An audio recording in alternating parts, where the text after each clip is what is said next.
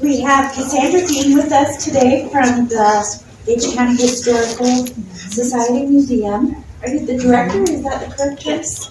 She had joined the museum in August, has an associate's in art, a bachelor's in K through 8 education, and a bachelor's in history. Before joining the museum, she was 10 years a public school teacher, substitute teacher, history and curriculum developer for homeschools co-ops, and she homeschools herself, right? As well as 14 years of event coordinator and fundraising coordinator for nonprofits such as Girl Scouts, Nebraska Master Naturalist, Birdability, and Nebraska Game and Parks. Correct. In the spare time, she likes to visit museums and historical parks, paint, photography, volunteer at Spring Creek Prairie Audubon Center, travel the state of Nebraska putting together bird watching opportunities and outdoor hikes. Welcome, Cassandra. Thank you.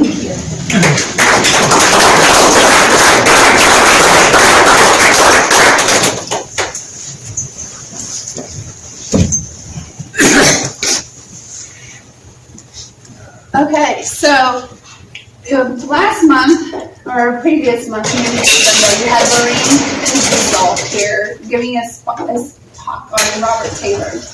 And Lorraine is on the board of the Gage County Historical Society and Museum. And the goal of when I was hired in August was to get the museum to be out there and be publicly known to everybody in the Gage County. And so we started this whole, we should do programs for organizations and businesses that are interested. So last month I did this program with the DeWitt Senior Citizens in DeWitt, Nebraska, and it's called the Mills of Gage County. And if you guys have any questions throughout the program, just feel free to raise your hands, and I'll be like a teacher, raise your hand and I'll call on you, okay? So, the first mill ever to be developed in Gage County was on the Oda Reservation. The steam saw mill was built in 1855, and the grist mill was built in 1857 by Robert Wilson and his brother William. So this would be on the Oda Reservation down by Barnston, Nebraska. It stood at the mouth of the Plum Creek and the Big Blue River. When Beatrice was founded in 1854, the company that founded Beatrice was like, we need a sawmill. So they reached out to this guy by the name of Fordyce Roper, and he was supposed to be bringing a sawmill, to Austin, Nebraska. Now, you're like, where's Austin, Nebraska? Well, Austin, Nebraska no longer exists. It originally was north of Pickrell in Clay County. And so Fordyce Roper had to bring his mill all the way from Nebraska City. So I'm going to just read a little excerpt of this. Okay. The second purpose, I'm reading from Queen City of the Blue by Joanne Woodin. If you don't have this book, we do sell it at the gift shop. I do play plug-ins, so bear with me. The second purpose of the meeting was to discuss the project of buying a sawmill and taking it overland to the new location. With such a mill, logs could be cut and prepared for building homes much faster. When the association voted to buy the mill, they appointed Bennett Pike to be responsible for getting it to the new settlement as soon as possible. This was to present more difficulties than at first foreseen. Two men who owned a freighter and team were hired for the task. As there were no roads, a compass set to southwestern point was their only guide as they drove over the prairies. Streams having to be crossed by fording were flooded at this time, which added more trouble. Sometimes over a week would be spent waiting for the waters to recede. Then the rain-soaked soil would cause the wagon to sink so far that the load had to be removed before it could pull the wagon out. Twice the men lost their way and had to retrace their path. Instead of arriving at their destination early in the spring, it was early in the autumn before they drove over the last hill and saw the valley of the Blue River. So, just to give you an idea of how much they struggled to get that sawmill here.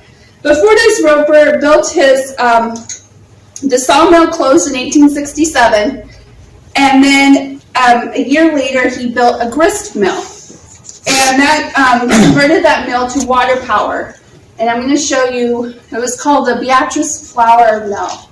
And it will be in the same location as where the Black Brothers Mill will be. So you're probably wondering, when I say grist, what is a grist, right? In fact, I had to revamp this program because this was one of the questions the Stewart's ladies and gentlemen at the senior center asked. So grist mill is where the grain is actually crushed in whole, okay? In a flour mill, the grain is actually cleaned or tempered, which means the grain is soaked in water to enlarge the moisture content to make it easier to roll. And after it's tempered, the grain is moved through a series of rollers to divide it into separate parts: endosperm, bran, and germ. So that's the difference between grist and flour. If you can't tell, there's also the difference of like how small and minute the particles are as well. Another thing that was grits and farina. How many of you eat grits? Oh, excellent. I have grits either. How many of you eat farina? Does anybody know what farina is? Great. Okay, so grits is actually made from corn. So one of the mills I'll be talking about in this presentation is corn and wheat. And we're not doing a lot of sawmills. I know there's a lot of sawmills at the time. But farina is cream of wheat, so it's made with wheat. So that's the difference. If I say anything about grits or farina, you'll know one's corn-based, one is wheat-based. So, and there's the that's the Beatrice flour mills. Later will become Black Brothers Mill. So, the first mill was built in 1879 at the cost of $21,000 in that standard time. In 1892, a larger facility was built due to the expansion of Black Brothers. In fact, Black Brothers was such a huge empire. I want to say empire because they had they owned shares of the Diller Mill, the Crete Mill, the Holmesville Mill. I mean, they had lots of money into area mills. And then it would produce 600 barrels of flour a day from this mill. And then in 1914, an explosion happened. The explosion caused a worker to be thrown out and into the river, the west side of the wall, and no single timber support for the roof. And only item not harmed in the explosion was the bag of flour that was being filled by the packer that caused the explosion. That was from the Beatrice Daily Sun. So then, in 1937, a fire broke out at the mill. And this fire in the mill in 1937 would be the last of this mill here in Beatrice. It says here, one spectator got a bit of humor out of the big blaze. There are going to be a lot of homeless refugees, he remarked. He was referring to the hundreds, maybe thousands of rats which lost their home. There are always numerous rats around mills. And that was Beatrice Daily Sun. Yeah, so that was there. So, if you go to the museum, this here is our mill exhibit, which includes the Beatrice cornstarch factory plus the Beatrice Black Brothers Mill. And there's a bag of Sweet Tooth pancake flour. Now the Sweet Tooth pancake flour came out in 1920, and by April 28th, 1920, 4 carloads of this was shipped to Alexandria, Egypt. So that's how big Black Brothers Incorporation grew, because it shipped so much out of the United States. And then,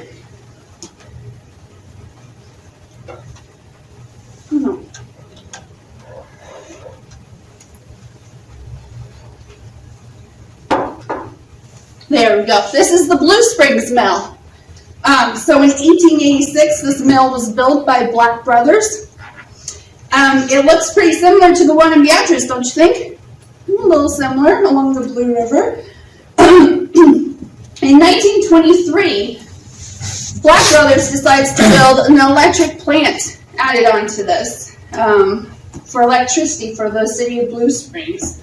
And in 1927, Black Brothers dismantled the mill, kept the electric plant, but they moved the mill to Wymore, just so you know.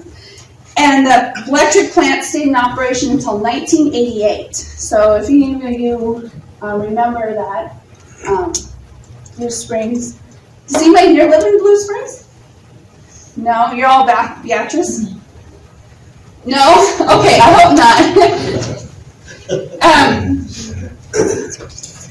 So here's another one.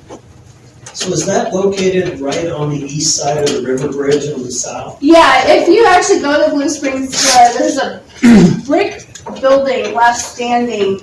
That is part of the electric power plant. That's still there. So yes, it was on that side. Here's the pictures of those 1886 mill sacks from Blue Springs. The Beatrice Paper Mill. It was built in 1889 on the east side of the Blue River in Beatrice, and the dam on the river supplied the power to the mill. So this would be a water power mill. George M. Johnson erected the mill, and the measurements for that dam was 50 feet by 103 feet by 4 stories tall. And for many years, the paper mill made wrapping paper out of straw. So farmers would bring their leftover straw to this mill, and they would make wrapping paper for your gifts and presents and stuff. And then the mill was abandoned and demolished. The next one is the oatmeal mill. This was built in 1889. It was located on the northwest corner of 7th and Holbrook in Beatrice. And every day 100 barrels of oatmeal went out of this mill. In 1891, a fire went through this building, and for several years they thought of rebuilding and renegotiating mortgages. It looked like it would reopen in 1899. However, it didn't, and so it was finally demolished in 1929. And this is the DeWitt Mill. And yes, the DeWitt Mill is in Gage County. You guys didn't know that.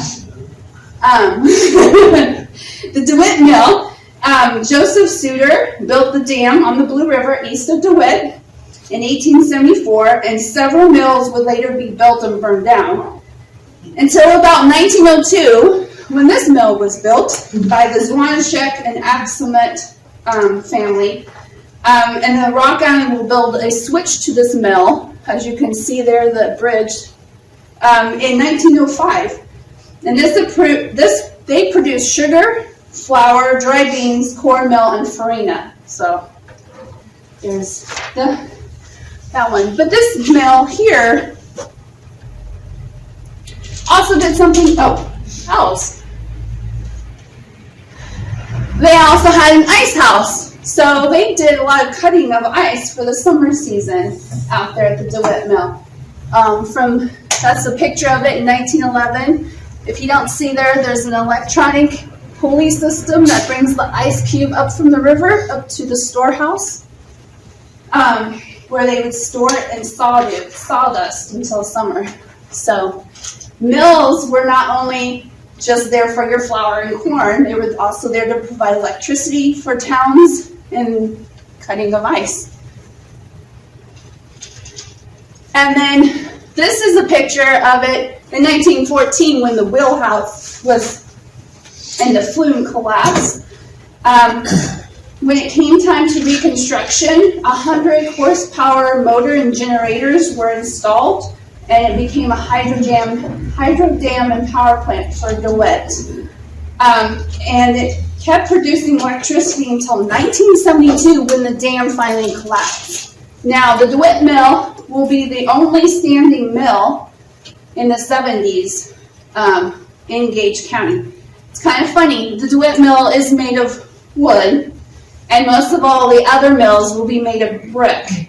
But the DeWitt mill will be the only one left standing, and in 1978 it was on the National Register of Historic Places. It is no longer on the National Register of Historic Places because Nebraska kept their money and their time with the Neely mill, if you guys ever been out to Neely.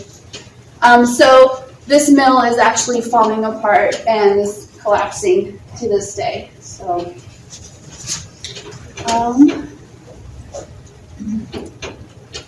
this is the Holmesville mill. It was built in 1895, known as the Blue Valley Milling Company. And then in 1904, it was destroyed by a tornado. And then this mill and power plant began construction in 1908 and finished in 1911 by the Steinmeiers. It will power electricity for Wymore and Beatrice for a long time.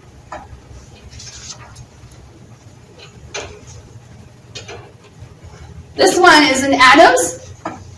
This would be a steam power mill built in 1905 by W.E. Bryson and J.E. Miller. And it would later be bought by Nebraska Corn Products out of Beatrice. And it was later dismantled. So this was a corn mill. And speaking of corn mills, the next one is the Beatrice Corn Mill. It had two locations. Yes?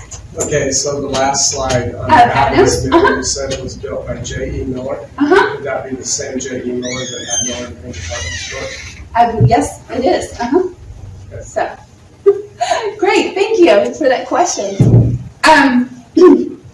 The first one built in 1900 was along the CB&Q tracks in West Glenover. It was destroyed by fire in 1905. And then in 1908, another one was built on South 7th Street. This one, it was built in 1918 on top of that one built on South 7th Street. They did corn products such as grits and hominy and cornmeal.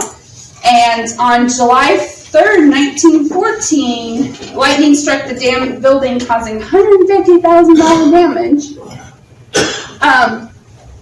And then this beautiful building was replaced that one. And 150 barrels of corn went out of this facility. And it would later be bought to become the Nebraska Corn Products.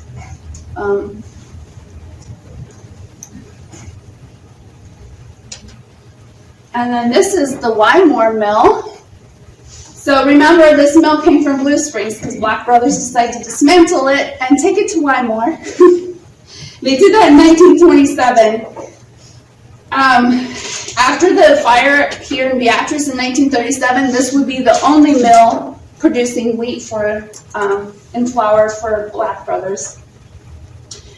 It resulted in 24-hour operations with 3 8-hour shifts in order to produce the same amount that both mills were producing. So it would produce more than 500 barrels a day. It would be in operation until 1949, and then Ray Trump would purchase it in 1950 for the Trump Grain Company until the 1960s. And the mill was finally torn down in 1987.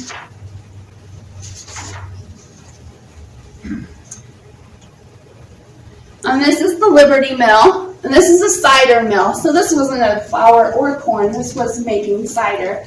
Odell had a cider mill. And Virginia had a cider mill. And this is the Philly mill. Now, if you notice, there's very little information about the cider mill in Liberty and the mill in Philly. That's because we don't have much information on these two mills. And that's where it's very important when we ask for volunteers to come do research for us. So we have that opportunity to get this information into the museums. So we can keep giving out the history of these mills that came into Gage County. And there's another one. So Doris Peters helped me with the DeWitt mill, so that was a thank you out to her. Any questions about mills of Gage County? Yes. I want to go back to the one, you said it had the 100-foot dam Oh, in Beatrice. yeah, the paper mill. So where was that? Oh, yeah. It was just a few, let me find that. It was just a few blocks down from the Black Brothers mill. Which would be down from the West Court Bridge? Is that where you? Yeah, yes. And it was on it says on the east side of the Blue River in Beatrice. Yes, because eventually the Gage Power Company purchased both the dams of the Black Brothers and the paper mill to be used for the electric company. So it was just further on down the river from the Black Brothers. Does that?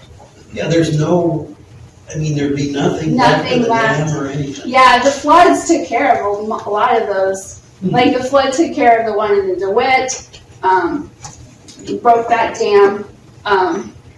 Yeah, so it's very interesting. Yeah.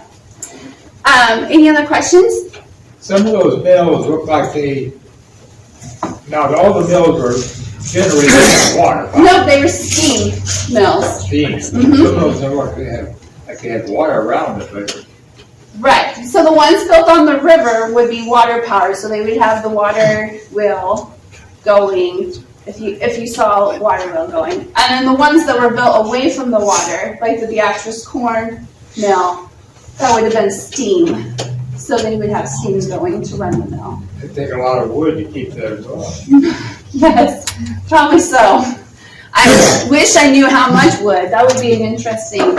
You don't see wood piles around there. No, you don't. And then maybe they used, in order for steam, they probably could have used coal too. So, yes. Did you say that town that you said was just north of Pickerel was in Clay County? Yeah, Austin. Yeah, so in the right before Beatrice or Gage County became a county, and Lancaster County became a county, there was a county in between called Clay County. And what happened was Lancaster and Lincoln and Beatrice were fighting for that land. So Clay County never got into existence because of some shrewd, I would say, lawyers from both Beatrice and Lincoln. And Clay County never became to be. So Austin never became a town, and yes, and so that's how it came. True elected officials.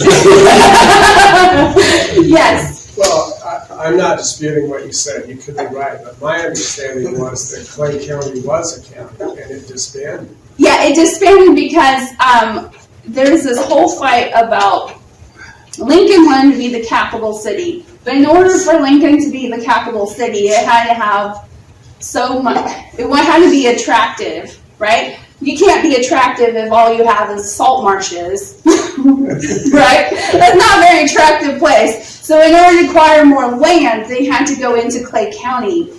And that's where the issues arose for that was, yeah. So, yeah. So Clay County there's a map in our museum that actually shows Clay County very first original map that has the counties. So if you ever want to see what that looked like, you're welcome to come by the museum. And wasn't Cortland, Cortland was part of that, and so was Claytonia. but Cortland was the county seat, right? It was supposed to be the county seat, yes. Unfortunately, Clay County dissolved before Cortland could become the county seat for that town. So, yeah. Okay, just a few things to know about the museum. We have a couple upcoming events. Our first upcoming event will be in April.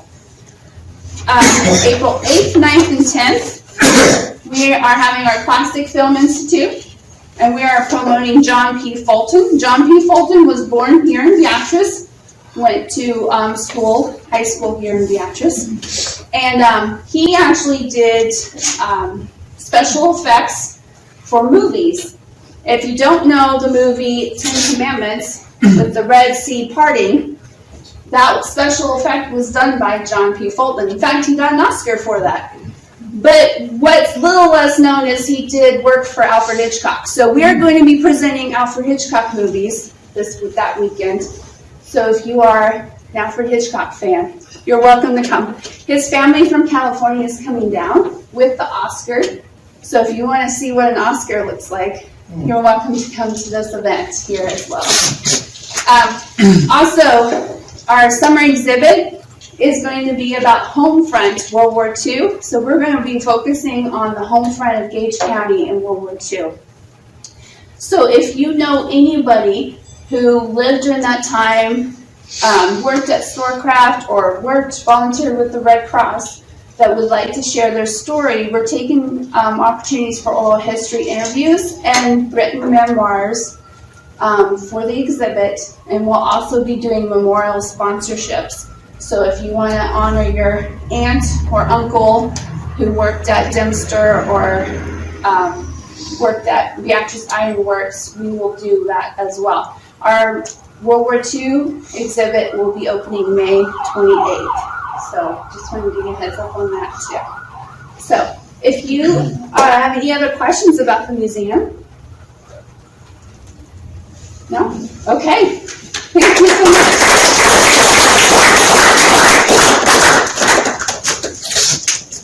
Do we have any other announcements today? Next week's program? Next week's program will be at the Beatrice YMCA, and then we'll have Swift and Sweets bringing the meal to us there. So we'll just meet at the Beatrice YMCA.